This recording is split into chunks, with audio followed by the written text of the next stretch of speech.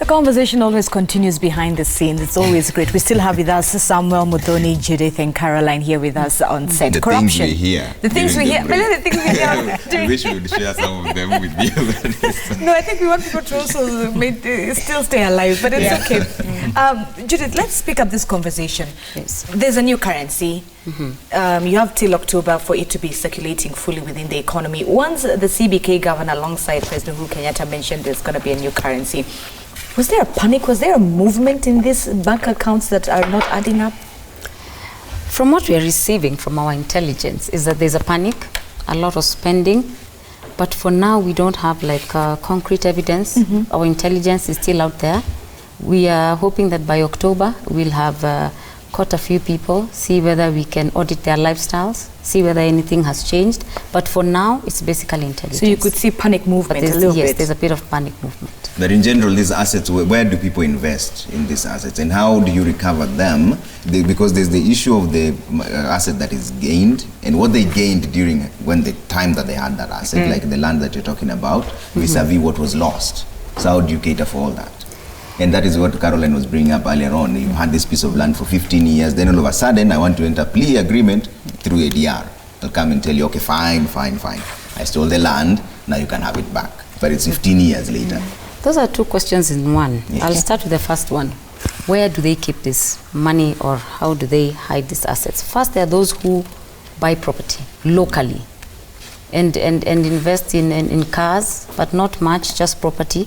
And there are those who take these assets out there. They invest, they stash them in bank accounts abroad. Some buy property abroad. And yes, we have managed to recover some.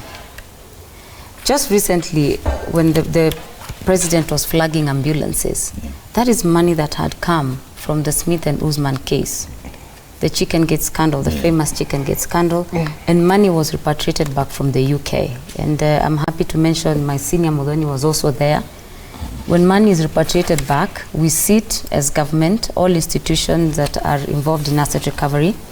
A project is identified that will go into benefiting the larger public.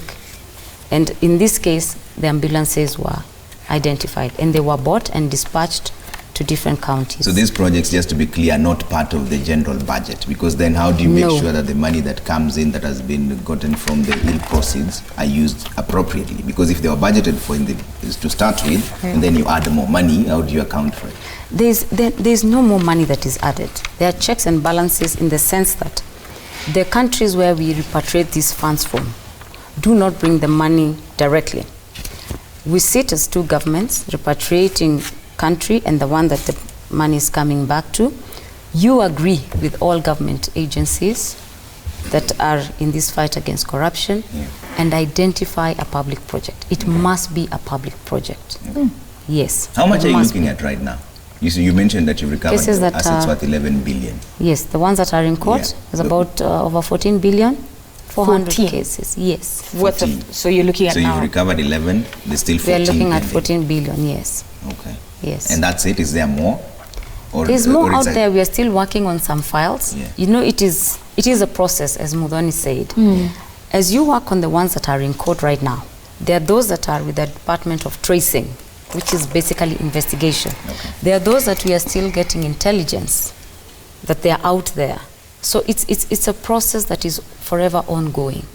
As you take some to court, some are pending analysis, financial analysis, valuations, and there are those that are the reports that are still coming in. Yes. Samuel, you guys are the ones who conducted this research that we were earlier talking about. 47,000 citizens, African citizens from different countries. You have countries like Rwanda and Botswana who perform very well. They beat Kenya. Kenya standing at, we dropped a point to 27. Rwanda 56, typical example. Why is it that some countries are effective at battling corruption vis-a-vis others? Well, I think the histories of different countries are different. And I think you cannot quite generalize and say that this is the reason why. For Rwanda, for example, I think in my view, the genocide presented, bad as it is, it was a ground zero for them. So they had an opportunity in very sad circumstances to rebuild and reimagine their country. And I think they've done that quite positively. So law enforcement in Rwanda has not been an issue. You know, if you steal, you kill, you commit crime, you will definitely be apprehended at some point. And getting to interact with Africans, what is the main, why do people bribe? Why do people engage themselves in corruption? Is it because of one's moral standards or just the system? Well, I would say that it's the system. The biggest reason why people bribe, particularly in accessing services, is because some feel it's the only way to access a service. That is why the Huduma Center approach here was very much acclaimed, because you know, in the initial studies we did on Huduma Center, the corruption levels were negligible. So it's not a question of one's morals? I am sad to say that is being lost. It's not a moral question. It is not necessarily a moral question, because you know, if you want to bribe and you find an incorruptible officer, your morals may not help you much in that regard. The moral question is important. I'm not downplaying it. The ethical question is important. But I think you have a system. And it depends on where you're looking. If you're looking at service delivery, you go through frustrations as a citizen looking for services. Let's take, for example, a document like say, even the passports that are being given right now, and people have to queue from 2 a.m. It's tiresome. The risk of bribery taking place in such circumstances is extremely high. And the risk of people taking advantage of that to ask for bribes is very high, and also to offer bribes. So you see, but overall, when you look at studies, you will notice the reasons mainly is people feel that that's the only way they have to they can access a service. Otherwise, many of Kenyans, I will tell you this, many Kenyans don't even have the money to bribe. So if they can access a service above board, very few of them will be going to bribe. But 1 minute, those systems have been there for years. How do we begin to pull them out? How do we begin to correct the system, a system that has been there for years? We've actually done it in recent past with very admirable results. I think I will take you back to the early 2000s, and we had these big programs, the GJ laws, the Governance, Justice, Law and Order Sector Reform Program. We had the Public Reform Sector Program and the Public Transformation Program. All these had an impact, though not widespread and sustained, but that is the time you saw, for example, Nyayo House and the Migration Office being cleaned up. The brokers, it was a marketplace, pretty much like Gikomba, being cleaned up, and people being put in uniform, and service charters being put up that were being responded to, and communication through SMS. When you launch your passport, they tell you how long it takes, how much you have to pay. That makes so much difference if it is observed. So we saw it, and I think even from our rankings in the East Africa Bribery Index, you could see some of these departments dropping off the list. The Huduma Center approach is another approach. I can tell you that when this Huduma Center experiment started, corruption was negligible. We recorded, I think, about 0.1% in that time. I have looked in amazement as the corruption levels rise. And I think I looked at the last report, must have been from the ESCC or the University of Nairobi, and you can see it's rising steadily. So whatever we had created that was noble risks being destroyed by corruption all over again and taking us back where we've come from. But we have the lessons. We've done it in the recent past. We do not have to look even outside this country. We don't need to look far into history. We just need to look in the last 15 years and see that it is possible to transform this country. Mudoni, from the assets recovery perspective, and you mentioned that you've gotten assets worth 11 billion, you're looking at 14 billion in court. What patterns are you seeing? Is it the same culprits, or is the net wider now? Which group of people are more involved in this corruption? Because there must be some sort of a pattern. That's almost 50% of what you're looking for. 11 billion recovered, 14 billion in court. Is it the same players? Thank you, Trevor. I think the important thing to look is to analyze the data that we have. We see the 11 billion was mostly the land recovered, the public land that is recovered. In terms of the other figures, the funds, the stolen funds, now that makes a more difficult question for us because there are various players. So it's a wider net. It's a wider net. It involves a particular class. No, there's no class. Corruption does not have a class. It may have a class. It may have had a club sometimes back, but right now, I think when opportunities are there, people are different players. You will find it can involve a high public official, a law clerk, or just even an ordinary supplier. So it's I can't say that we have specific accounting officers or governors or who. It's everywhere. So even in public, even in societies, cooperatives. So then the narrative that devolution, even hastened graft, is not necessarily true. It may have grown it to an extent. I see you're being very careful with that response. It may have grown it because you find there are very many cases under investigation. Yeah. We get a lot of reports of suspicious transactions coming in from counties. Yeah. And which before we were not getting, so it may have grown it. Okay. We will ultimately, as law enforcement, do our own analysis and see where to put more resources in, because as you know, corruption and assets are everywhere, even in the smallest case. But what we do is we decide to look at a threshold. We pick special cases as MAT. We look at the public official involved, we look at the value, and we look at the public interest. Otherwise, we would not be able to work. Okay. But it's a big, big problem right now because I think when the funds went out everywhere, not just even counties, every other institution, there was a belief that it's my turn to eat. Let me use Gidongo's words, it's my turn to eat. All right. So Caroline, earlier on, even when we began this conversation with the MCAs in the Senate and what's on the Standard newspaper, it records 1 million signatures and how we want to reduce the MPs, reduce the number of counties, and perhaps this will also reduce taxpayers' burden.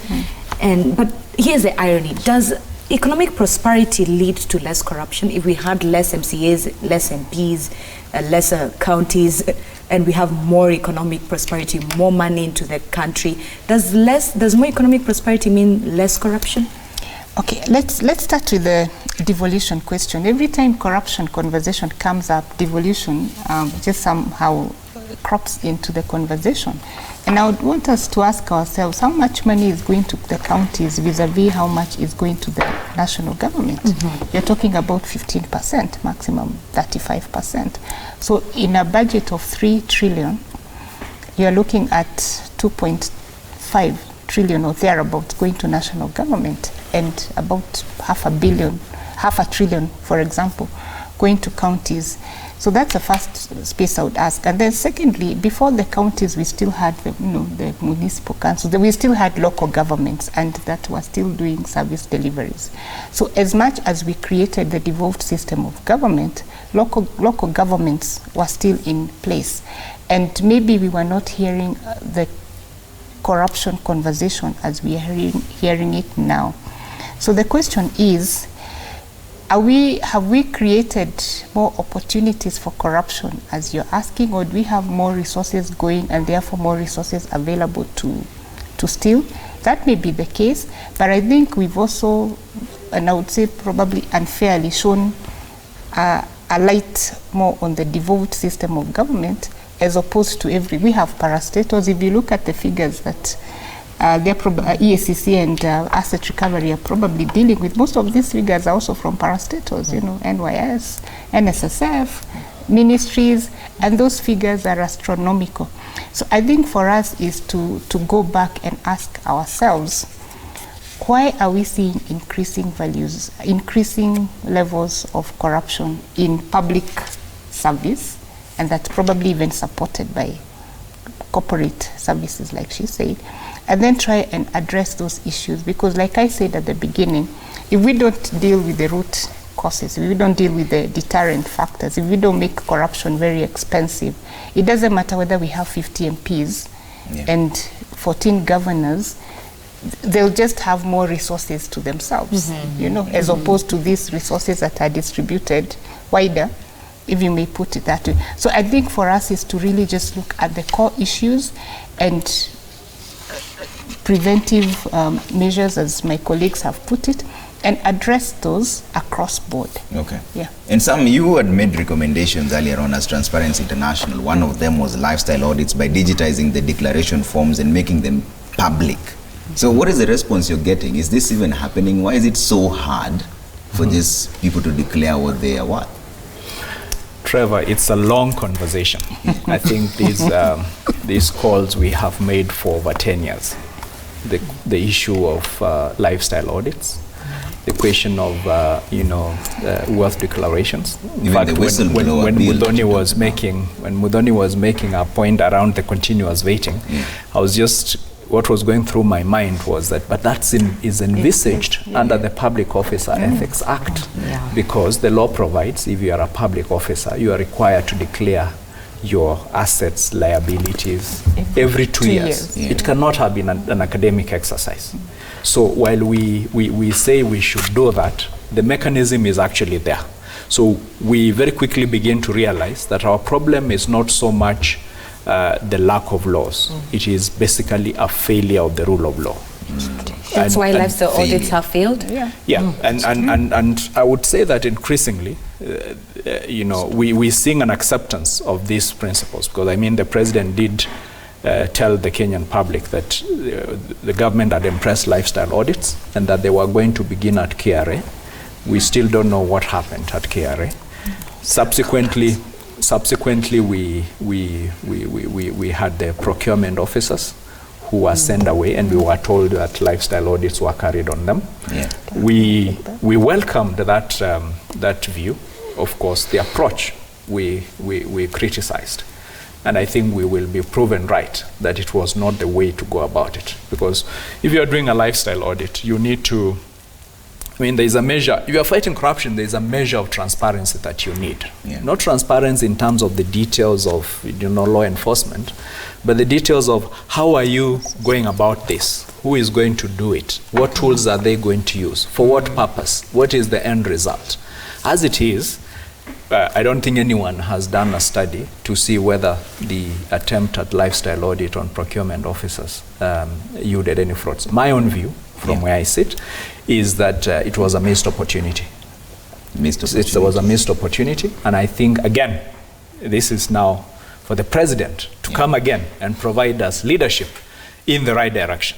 It was the right thing to do. We've always held the view as Transparency International Kenya that lifestyle audits and the treatment of assets is the silver bullet when it comes to fighting corruption. Everybody who corrupts does so because of the benefit, the gain that they get at a personal level. So if you take away that gain, then the incentive to engage in corruption is lost. So that is why for us, lifestyle audits are mandatory, and we will begin to say that we are actually serious in the fight against corruption. We will begin to see movement towards that direction. And the theme of the African Anti-Corruption Day tomorrow is actually on this issue, asset recovery. I think the continent is realizing that it is all about the proceeds of crime. And if we recover those, then we make progress. Then there are other laws, of course, that are facilitative. You've talked about the Whistleblower Protection Bill, which I know the State Law Office with some of us worked on a draft way back in 2016. But somewhere, somehow, that seems to have been lost somewhere. That bill needs to be put before Parliament, and it needs to be passed. Because, again, in many of these cases, colleagues are talking about here, in many of them there is a whistleblower, and that whistleblower often is a public servant.